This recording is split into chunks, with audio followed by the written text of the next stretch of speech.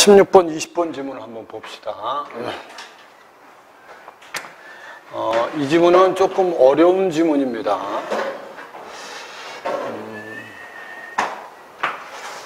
지문 자체에 집중하면서 독해를 해주겠습니다. 첫 번째, 전통적으로 기억은 한 개인이 자신의 과거를 현재화하는 심리현상으로 규정되어 있습니다. 기억에다 네모 쳐놓으세요. 개인의 기억을 자기 철학의 기반으로 삼았던 베르그송은 개인의 정신적 상태의 연속을 의미하는 지속 개념을 강조하면서 이것은 각 개인에게 개별적으로 귀속되어 기억의 토대를 이룬다고 주장했습니다. 됐죠? 그래서 맨 처음에 보면 첫 번째 문단을 잘 읽어야 되는데 기억에 대해서 써놨어요. 기억은 일단 과거를 무슨화시키는 거다? 과거를 무슨화시켜? 현재화시키는 심리다. 됐죠? 그 다음에 베르그송이라는 사람은 봐봐.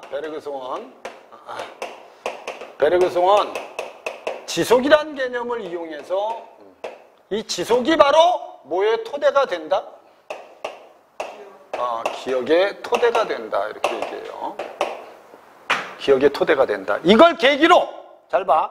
이걸 계기로 기억의 구성 과정에서 집단과 사회의 역할에 주목하는 학자들이 생겨났고 그 대표적인 사람이 바로 누구다? 알부박스다. 알았죠? 그러니까 이게 기억의 집단과 사회의 역할, 집단과 사회의 역할에 주목한 사람이 바로 누구다? 이걸 주목한 사람이 바로 알부박스다. 이렇게 돼 있어요. 됐죠? 여기까지 읽으면 주된 대상은 뭐라는 걸 알 수 있어요. 기억이죠, 기억. 알았죠? 기억이 주된 대상입니다. 이게 이제 내용 이해할 때 이게 이해가 안 되더라도 대상들은 정확히 찾아야 돼요. 알았죠? 그래서 기억이라는 건 과거를 현재화시키는 심리고, 됐죠? 베르그송은 이걸 철학적 기반으로 해서 지속이라는 개념을 통해서 기억의 토대가 되는 게 지속이다. 이걸 계기로 해서 기억의 집단과 사회적 역할을 주장했던 사람이 바로 누구다? 이 사람이다. 그래서 알부박스는 통개인적 밑줄 걸으세요. 무슨 뜻입니까? 통개인적 무슨 뜻이에요? 이게 여러분들 그 일반적인 의미로 보면 그냥 집단적이라고 생각하시면 됩니다. 알았죠? 집단적.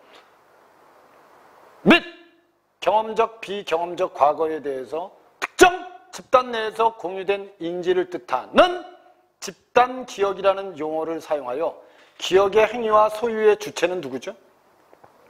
개인이지만 그 개인의 기억은 사회적으로 모된 것임을 강조했다? 각인된 것임을 강조했다. 그래서 이 알부박스가 주장한 게 바로 무슨 기억이다? 집단 기억이다. 다시 이 글을 다 읽고 나면 여러분 이게 중심 대상이라는 건 알아야 됩니다. 집단 기억이 중심 대상입니다. 알았죠? 여기서 이야기를 할 때 기억으로 시작해서 결국은 말하고자 하는 건 요거라고 생각하시면 돼요. 이해됐죠? 그럼 이렇게 보시면 돼요. 기억은 과거 현재화시키는 거고 베르그송은 이걸 이용해서, 알았죠? 자기의 철학적 기반으로 삼았고 지속이라는 개념을 통해서 지속은 기억의 토대가 된다. 알았죠? 이걸 계기로 해서 집단과 사회의 역할을 강조했던 알부박스는 무슨 기억을 주장했다? 집단 기억이라는 걸 주장했다. 알았죠? 이 집단 기억이 기억에 누가 영향을 미친다는 거니? 집단이나 사회가 영향을 미친다는 겁니다. 알았죠? 그래서 밑에 알부박스에 따르면 집단 기억은 사회적 구성 틀, 동그라미 쳐보세요. 집단 기억은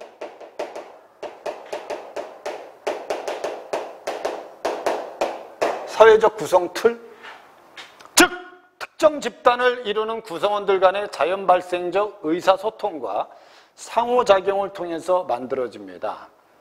이 틀을 이루는 언어나 상징 체계는 한 개인의 것이 아닌 사회적인 준거라는 점에서 기억은 애초부터 집단의 것으로 존재할 수밖에 없습니다. 사회적 구성틀을 통해서 발생, 분배, 공유된 집단 기억은 공간을 통해서 실체화됩니다. 공간에다 내모쳐 놓으세요. 이 집단 기억은 뭘 통해서 실체화된다고? 뭘 통해서? 공간을 통해서 실체화된다. 아, 있잖아. 너희들 봐봐. 야, 우리가 몇 년 지났어. 그럼 이제 너희들이 이 앞을 지나가다가, 알았죠? 학원을 딱 보고 뭐라고 하겠어? 아, 내 예전에 여기서 양병철한테 수업 들었는데, 그럼 어떤 공간이 뭘 떠올리는 계기가 돼요? 그죠? 과거를 떠올리는 계기가 되죠. 그죠? 여기서 이제 공간도 있는데, 봐봐. 여기서 봐, 알브박스가 말하는 집단 기억은 사회적 구성 틀이 뭘 통해서 나타난 것이다? 그렇지. 그렇게 공간을 통해서 나타난 것이다. 집단 구성원은 특정 공간에 그들 집단의 과거 사건과 관련된 상징적 이미지를 상상하거나 창조하고 의사소통을 통해서 공유합니다. 그래서 공간을 통해서 구체화된 집단 기억은 그 집단의 구성원들을 여타의 집단과 구별짓는 특수한 무슨성을 제공한다. 이걸 통해서 형성된 집단 기억은 그 집단의 무슨성을 형성한다. 정체성을 형성한다. 이해됐죠? 너희들이 만약에 학교 다닐 때 수학여행 갔어. 알았죠? 그래서 이제 반찬이 할 때 친구들끼리 모였어. 그래서 가끔 얘기하자. 야, 우리 거기 옛날에 갔을 때 참 재밌었는데. 그래, 나도 재밌었어. 이런 이제 기억을 떠올린다는 거야. 그럼 이제 자기들끼리의 무슨성을 형성한다는 거야? 정체성을 형성한다. 알았죠? 이게 이제 알브박스가 말하는 무슨 기억이다? 집단 기억이다. 알았죠? 그러니까 여기서 이해할 때 이걸 제대로 이해하셔야 돼요. 자, 다 됐어요, 이제. 그 다음에 밑에 따라서 집단 기억은 집단 외부에 대해서는 배타적인 반면 집단 내부에서는 무슨성을 강화시키는 역할을 한다? 동질성을 강화시키는 역할을 하는 게 바로 집단 기억이다. 알았죠? 근데 알브박스는 밑에 문단에 읽어보면 문제가 하나 있었어. 이 집단 기억을 뭐하고 분리한 거야. 예습한 사람들은 알아야 되는데, 예습한 사람들은 그지, 역사하고 분리한 거야. 이게 이제 알브박스의 가장 큰 한계라는 거야, 이게. 알았죠? 그래서 밑에 이렇게 사회 귀속성과 공간 친화성을 집단 기억의 속성으로 규정한 알브박스는 위 논의를 바탕으로 집단 기억을 밑줄거 역사와 대립하는 것으로 설명했어요. 그래서 이 원래 알브박스는 이 집단 기억을 뭐하고 대립적 개념으로 설명한 거야? 역사와는 뭐 된 것으로 본 거야? 대립하는 것으로 본 거야. 그래서 역사는 상상적 공간을 재현하는 대신 객관적인 사실을 확정하고 균질적인 시간성에 의거해서 체계적으로 배열함으로써 모든 집단의 불편부당한 추상적 정체성을 제공하며 이를 통해서 보편불변의 진리를 추구하는 것이 바로 역사야. 알았죠? 이 역사에서 가장 중요한 건 여러분 이거야. 일단 무슨성? 무슨적? 객관적. 맞죠? 그 다음에 또 하나 뭐? 맨 마지막에 무슨 진리? 보편? 불변의 진리야. 알았죠? 그러니까 이 역사는, 나봐. 알브박스는 이 역사는 집단 기억과 대립되기 때문에 집단 기억에 포함된다야, 안 된다야? 안 된다야. 이 사람은 안 된다.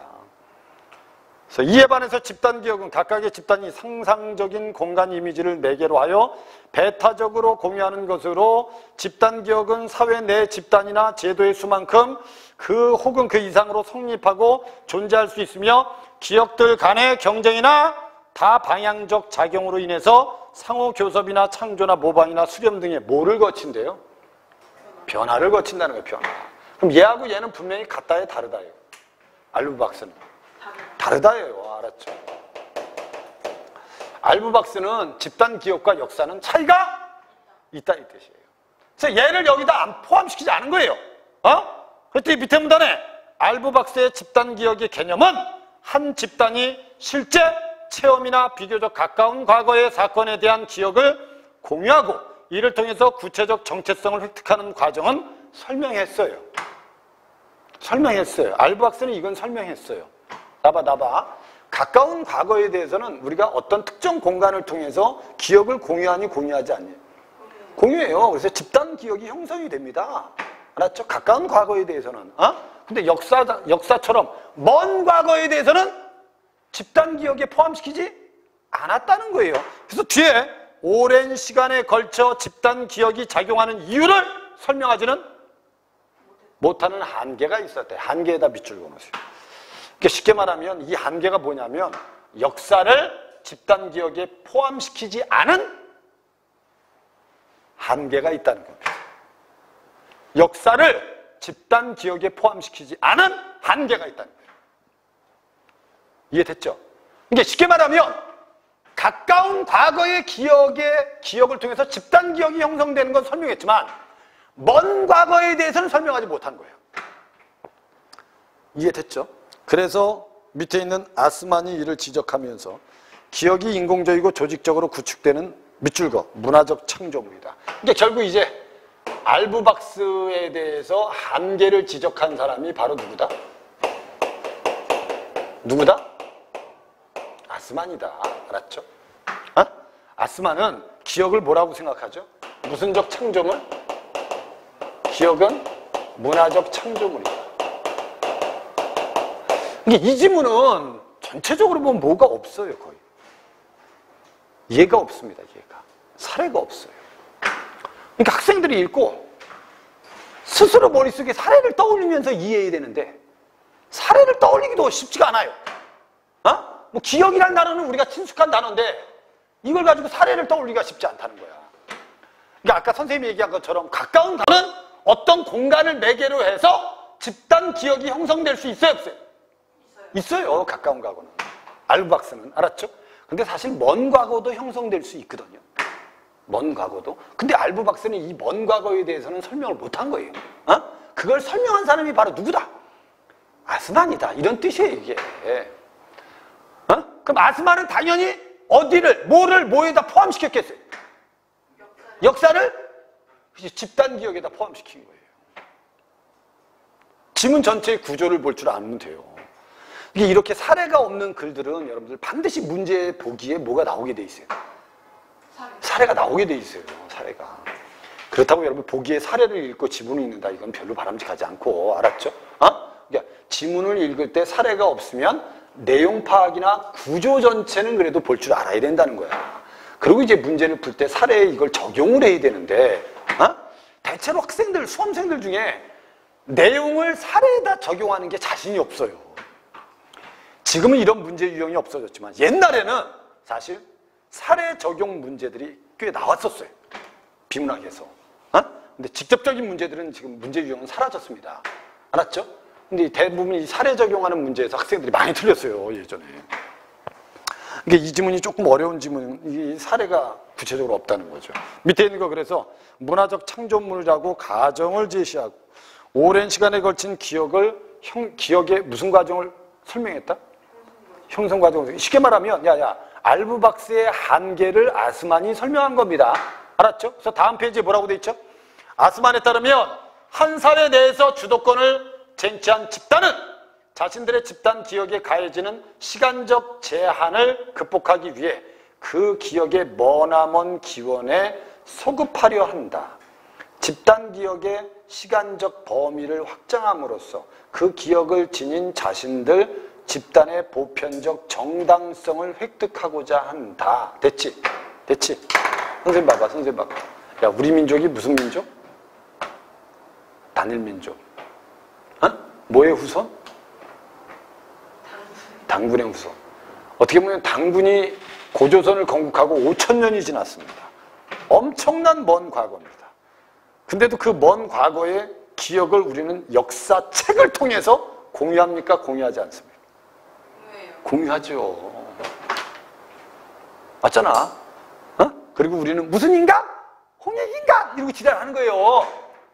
맞잖아. 그러면 역사도 집단 기억이 될 수 있는 거니 없는 거니? 될 수 있다는 거야. 역사도. 아스만은.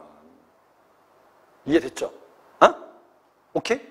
그러면 이제 정권을 잡고 있는 집단이, 알았죠? 자기 집단의 정체성을 확보하기 위해서 먼 과거의 역사를, 알았죠? 끌어들여. 그래서 이걸 무슨 기억화시켜? 무슨 기억화시켜? 집단 기억화시켜. 그래서 자기 집단의 보편적인 정당성을 갖는다는 거야. 이해됐지 이제? 무슨 말인지 이해됐죠? 그 뜻입니다. 뒤에 집단기억의 시간적 범위를 확장함으로써 그 기억을 지닌 자신들 집단의 보편적 정당성을 획득하고자 하는 것이다. 그런데 이러한 기원에 대한 기억은 그 집단의 현실 체험과 멀리 떨어진 유리되어 있기에 이를 환기하기 위해서는 뭐가 반드시 필요하겠어요? 공간이 필요한 게 아니고 공간보다 더 무서운 뭐? 텍스트. 어? 이게 쉽게 말하면 뭐겠니? 역사책 같은 거 아니겠니? 그지? 역사서 같은 거 아니겠어요? 또는 건축물, 도상, 묘비, 사원, 기념비 이거 하잖아 우리. 얘들아. 야. 그래서 개천절 되면 어디 가서? 저희 만이산 꼭대기에서 뭐하니? 만이산 꼭대기 몰라? 미안합니다. 원래 강화에 가면 만이산이 있고, 거기 그 만이산 꼭대기 위에 재단이 있어요, 재단. 그래서 여러분 개천절 되면 여러분 거기 가서 뭐하니? 막 선녀들이 춤추고 그러는데 재를 올리잖아. 그러면 그 재단도 있지. 그러면 당군에 대한 무슨 책도 있지? 역사책도 있지. 맞잖아. 삼국유사라는 역사책이 있을 거 아니야. 알았죠? 책도 있지. 그리고 어디에 보면 뭐 무덤도 있고 묘비도 있고 기념비도 있고 지랄지랄 있을 거 아니야. 이런 걸 통해서 아주 먼 과거의 역사를 집단 기억화시키는 거야. 그럴 수 있다는 거야. 아스마는. 됐죠? 근데 얘는 그걸 설명 못한 거야. 얘는 그냥 우리가 가까운 과거의 기억을 공간을 매개로 해서 뭐가 형성이 된다고 얘기한 거야. 집단 기억이 형성이 된다고 얘기한 거야. 알았죠? 그러니까 우리가 10년 전에 어디 놀러 갔다가 우리가 놀러 갔다가 알았죠? 왔어. 그리고 나중에 10년 후에 만난 거야. 그럼 우리는 그 공간에 대한 기억을 우리 전체가 떠올릴 수 있어 없어? 있다는 거지. 이걸 이제 집단 기억이라고 알부 박사는 얘기했는데 먼 과거에 있는 역사를 집단 기억에서 빼버렸다는 거지. 그래서 먼 과거의 역사가 집단 기억이 안 된다고 본 사람이 알부 박사야. 근데 아스마는 아니라는 거지. 먼 과거의 역사도 무슨 기억이 될 수 있다? 그 뜻이야. 이게 집단 기억이 될 수 있다. 그래서 밑에 물질적, 상징적 형식을 통해서 물질적, 상징적 형식 밑줄. 그러니까 아까 알부 박사는 뭐라고 했지?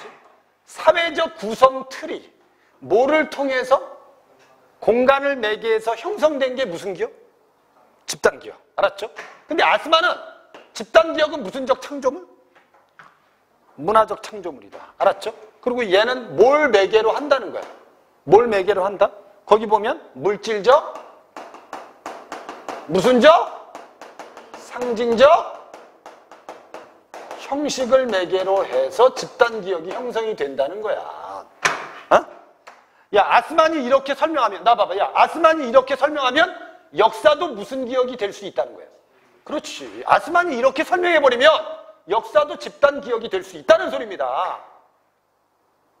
이해된 거죠? 선생님, 이해된 거죠? 밑에 있는 거. 그는 이런 유서 깊은 기억을 무슨적 기억? 문화적 기억이라. 문화적 기억 밑줄. 알부 박스의 집단 기억의 개념은 무슨 소통의 기억? 의사소통의 기억으로 지칭하고 이들을 집단 기억을 이루는 두 형식이야. 그러면 야, 아스만은 집단 기억을 이루는 아스만이 말하는 집단 기억에는 뭐가 있는 거야? 집단 기억에는 두 가지 유형이 있는 거야. 무슨적 기억이 있고 문화적 기억이 있고 또 무슨 소통의 기억이 있고 의사소통의 기억이 있는데 여기서 말하는 요 의사소통의 기억이 얘가 말한 뭐하고 같은 거야? 알부 박스가 말한 집단 기억과 같다는 거지. 이해된 거지? 그럼 어떻게 보면 아스마는 요 기억을 더 말한 거네. 그죠? 알부 박스보다 요걸 더 말한 거. 됐죠? 그리고 밑에는 이렇게 써놨어. 의사소통 기억이 동시대인의 생생한 체험에 대한 기억이라면 됐죠? 야, 우리 이런 말 있잖아. 야, 이런 말 있죠. 우리 공시적이란 말 있고 통시적이란 말 있죠. 무슨 말인지 이해됐죠? 그러면 원래 알부 박스가 말한 집단 기억은 동시대인들의 집단 기억이야. 동시대인들의 집단 기억이면 얘가 말한 이거는 공시적이라고 봐요. 공시적이라고 봐요. 한 시대 안에서의 집단 기억. 알았죠? 공시적이라고 봐야 돼. 근데 뒤에 문화적 기억은 먼 기원에 대한 전승의 결과라면 얘는 무슨 적이라고 봐야 돼? 얘는 무슨 적이라고 봐야 돼? 얘는 통시적이라고 봐야 돼. 맞잖아. 그치? 우리 언어도 보면, 야, 봐. 언어, 야, 음운 변동이 있니, 없니? 음운 변동이 있지. 음운 변동은 한 시대 안에서 일어나는 게 음운 변동이야. 근데 먼 과거부터 지금까지의 국어의 변화는 변동이라고 안 하고 변천이라 그래, 이건. 변천. 알았죠? 그러면 우리가 음운이 변동할 때도 있고 음운이 뭐 할 때도 있는 거야? 변천할 때도 있는 거야. 하지만 이건 둘 다 변화는 맞거든. 변화는. 알았죠? 그 개념으로 잘 생각하시면 돼요. 그러니까 집단 기억을 아스마는 문화적 기억과 의사소통 기억으로 두 유형으로 나누고, 알았죠?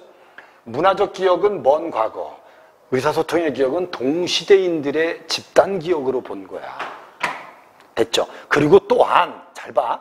아스마는 집단 기억을 현재의 직접적인 요청에 적절히 기능하도록 구성되는 기능적 기억으로, 기능적 기억 동그라미. 역사를, 과거의 경험과 지식을 적절히 매체를 통해서 저장하여 보존함으로써 항시적인 부름에 응하고자 하는 저장 기억으로 구별하여 역사를 어디에 통합시켰다? 그렇지. 그리고 얘는 또 하나가 있어. 얘는 봐봐. 얘는 집단 기억은 뭐라고 했고? 집단 기억은 무슨 기능이고? 기능 기억이. 역사는 무슨 기억이다? 저장 기억이라고 해서. 저장 기억이라고 해서 일단 역사를 어디에 포함시킨 건 맞아요. 기억에 포함시킨 건 맞다는 거야. 이해됐죠? 이게 아스만의 견해예요. 그럼 이 글 전체를 읽어보면 이거 아니야? 알브박스는 집단 기억에 뭘 빼버렸는데, 역사를 빼버렸는데, 아스만은 집단 기억, 즉 기억에 뭘 포함시켰다? 역사를 포함시켰다가 이 지문 전체 구조입니다. 그럼 너희들 이걸 가지고 18번 문제는 맞춰야 되는 거예요. 어? 18번 문제는. 알았죠? 18번 문제. 역사에 대한 가와 나의 주장을 비교한 내용인데, 일단 가는 역사를 어디에서 배제? 집단 기억. 그렇지. 집단 기억에서 배제. 됐죠? 근데 나는 기억을 기능 기억과 저장 기억으로 나눈 다음에 역사를 어디에 포함시켰지? 저장 기억에. 됐죠? 그러면 답은 몇 번이죠? 3번. 그렇지. 이렇게 푸는 거야. 3번이다. 이렇게 풀어야 되는 거야. 됐죠? 어? 이해됐지? 나머지 16번 문제는 윗글을 통해서 확인할 수 있는 내용이 아닌 거. 집단 기억의 개념은 밑줄 거. 기억 행위의 주체가 집단이다. 밑줄. 잘못된 거야. 야, 기억의 행위의 주체는 누구니? 자신. 개인이야. 그렇죠. 개인. 기억의 행위의 주체는 개인이야. 단지 그 기억에 집단이나 사회가 역할을 한다는 거야. 이해된 거죠? 이해된 거죠? 1번이 답입니다. 1번이. 집단이 잘못된 답입니다. 알았죠? 집단이 아니고 뭐라고 고쳐야 되고. 집단 기억의 개념은 기억 행위의 주체를 뭐로 보고? 개인으로 보는 학문적 흐름에서 비롯되었다. 어? 개인으로 봐야 돼. 밑에 있는 그 베르그송은 개인의 정신적 상태의 연속인 지속이 기억의 토대가 된다고 봤다. 맞네. 알브박스에 따르면 집단 기억은 상호 경쟁 및 다방향적 작용 과정을 거치면서 변한다고 봤고, 역사하고 다르게. 됐죠? 4번에 기억이 자연 발생적 의사소통을 통해서 만들어졌다고 했던 알브박스와 달리, 맞아. 아스만은 인위적인 창조물이라고 봤어요. 그 다음에 아스만은 시간적으로 멀리 떨어진 체험에 대한 기억을 환기하기 위해서는 물질적, 상징적 형식을 통해서 전승되는 과정이 필요하다, 필요 없다? 필요하다. 그죠? 답은 1번이 답입니다. 17번이 이제 사례를 제시한 거예요, 이제. 야, 그럼 17번 문제가 뭐에 대한 사례라고 보시면 돼요, 이게. 집단 기억에 대한 사례입니다, 이게. 그래서 거기 A를 읽고 보기를 이해한 내용으로 적절하지 않은 걸 찾으랍니다. 예수 사후의 성지 순례자들 밑줄. 예수 순환 부활에 대한 기억을 실체화하기 위해서, 됐죠? 어? 팔레스타인 땅을 찾았고, 땅에다 동그라미 쳐. 땅이 뭐겠어요, 그럼? 공간이죠, 그죠? 공간을 찾았고, 그곳에서 성지의 이미지를 상상으로 창조했어요. 베들레헴과 예루살렘 사이의 경과는 순례자들에게 끊임없는 영감을 불러일으키는 기념장소로 자리 잡았고 이를 통해서 재현된 예수에 대한 기억은 됐죠. 그러면 이렇게 재현된 예수에 대한 기억이 바로 무슨 기억이니? 집단 기억이죠. 그렇죠. 이렇게 해서 형성된 예수에 대한 기억이 집단 기억입니다. 사실 이해된 거죠? 집단 기억이 됐죠? 기억은 서구 기독교인들에게 무슨 성을 만들어줬다? 그래, 정체성을 만들어줬다. 이렇게 돼 있잖아. 이게 여기 있는 지금 17번 문제 보기에 있는 사례가 바로 집단 기억이라고 생각하시면 돼. 됐죠? 그럼 이 집단 기억에, 여기서 말하는 집단 기억에는 뭐가 빠졌을까? 역사는 빠졌겠지. 그죠? 근데 밑에 있는 거 그래서 예수의 순환과 부활은 과거의 사건으로서 종교적 동질성을 지닌 집단 성원들 사이에서 공유되어 온 집단 기억의 대상이고 팔레스타인 땅, 베들레헴, 예루살렘은 서구 기독교인들이 예수 순환과 부활과 관련된 상징적 이미지를 창조하기 위한 공간이고 순례라는 행위는 특정 공간을 방문함으로써 과거 사건에 대해서 집단의 기억을 생생하게 경험하고 자신들의 정체성을 확인하는 공간이고 맞죠? 다 이해되죠? 4번에 순례자들이 공간을 통해서 환기된 영감을 공유하고 전달하는 것은 사회적 구성틀에 의해 집단 기억이 매개하는 과정이다. 맞잖아요. 문제될 게 없잖아요. 그죠? 근데 밑에 5번에 예수에 대한 기억을 재현하는 것은 과거의 사건을 객관적으로 전달하면서 객관적 X. 범위를 집단으로 확장하고도 확장 X. 확장 아니라니까요. 됐죠? 자기 집단의 정체성을 위해서 배타적이죠. 확장 안 한다니까요. 오케이? 답은 5번입니다. 그래서 이렇게 이제 사례를 비교할 줄 알아야 되는 거예요. 19번 문제는 어려웠다는 거야. 거기 보면 보기 1은 기억과 관련해서 학생이 찾은 심화 자료입니다. 왜 이걸 자꾸 지랄이야 미친놈이. 됐죠? 이를 참고해서 보기 2의 내용을 이해해보세요. 이렇게 된 거야. 어? 그럼 보기 1에 뭐라고 되어 있죠? 아스만이 설명한 기능기억과 저장기억의 차이는 집단과 제도 등의 보유자와 결부되어 있대. 보유자와 결부 밑줄. 근데 특정한 보유자로부터 뭐 되어 있대? 분리되어 있대. 저장기억은. 어? 그럼 기능기억은 무슨 기억이고? 기능기억은 무슨 기억이고? 집단기억. 아까 있잖아. 기능기억은 무슨 기억? 집단기억. 야, 저장기억은 뭐? 역사. 그럼 이건 이제 집단기억하고 역사의 차이야. 역사의 차이인데 둘 다 기억은 맞지. 둘 다 기억은 맞는데 나봐. 야, 봐봐. 집단기억, 즉 기능기억은 보유자하고 결부돼 있어. 보유자하고.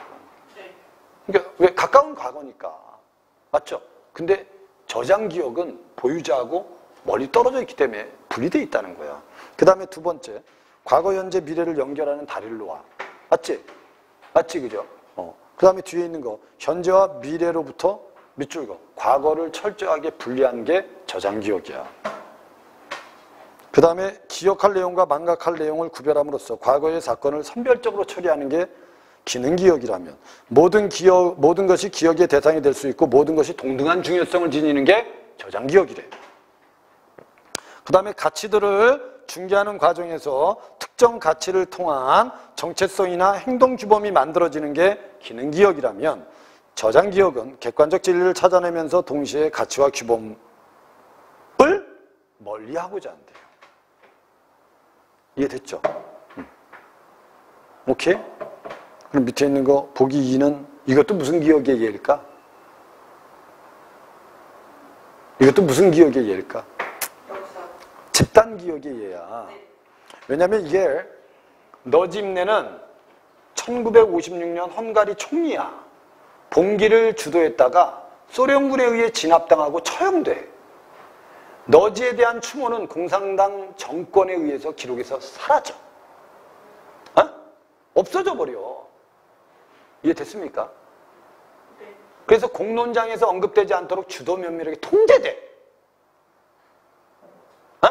너지에 대한 추모는 됐죠?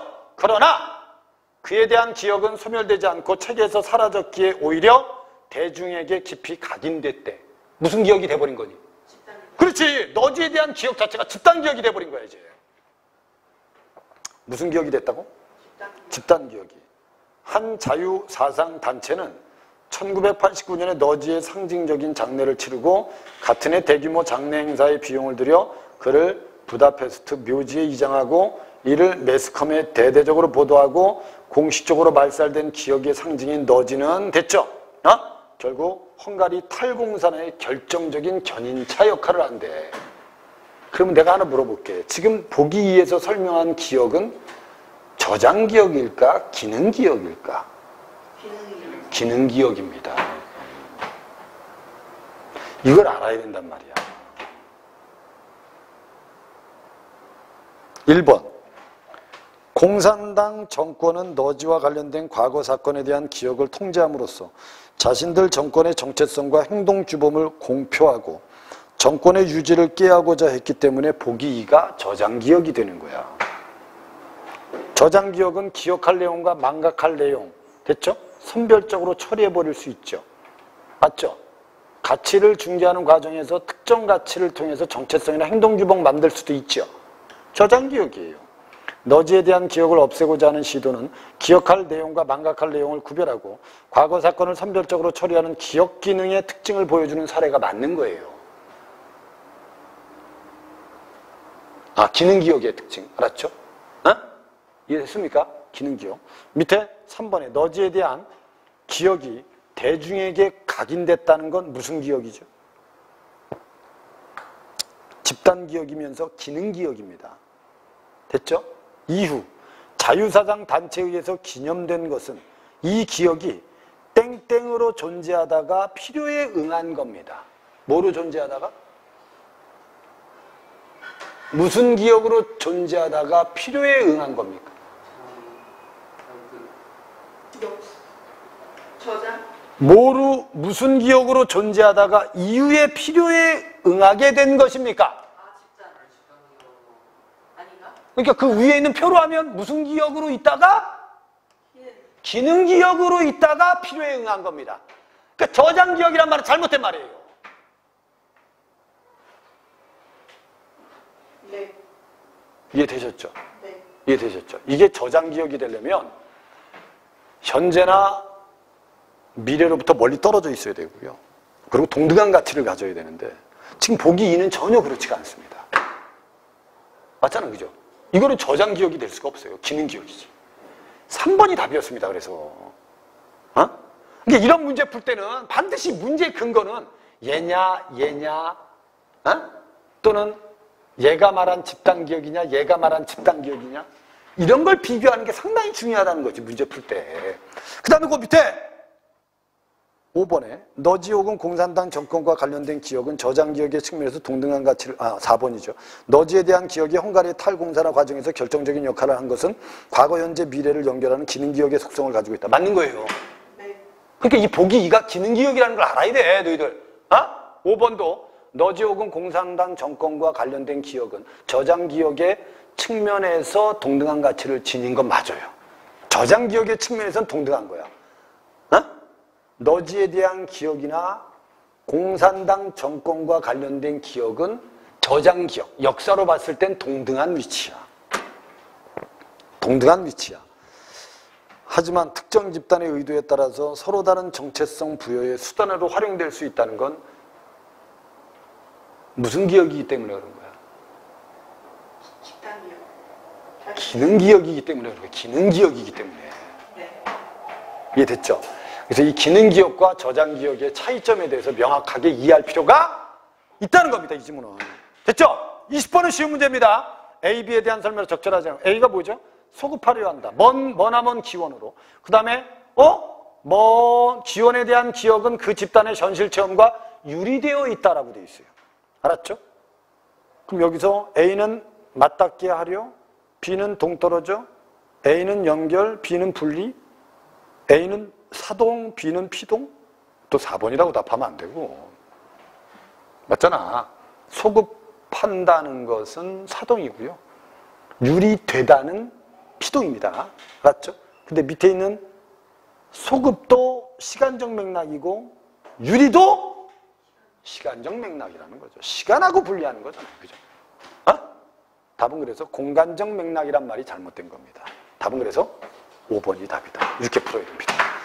이해되셨죠?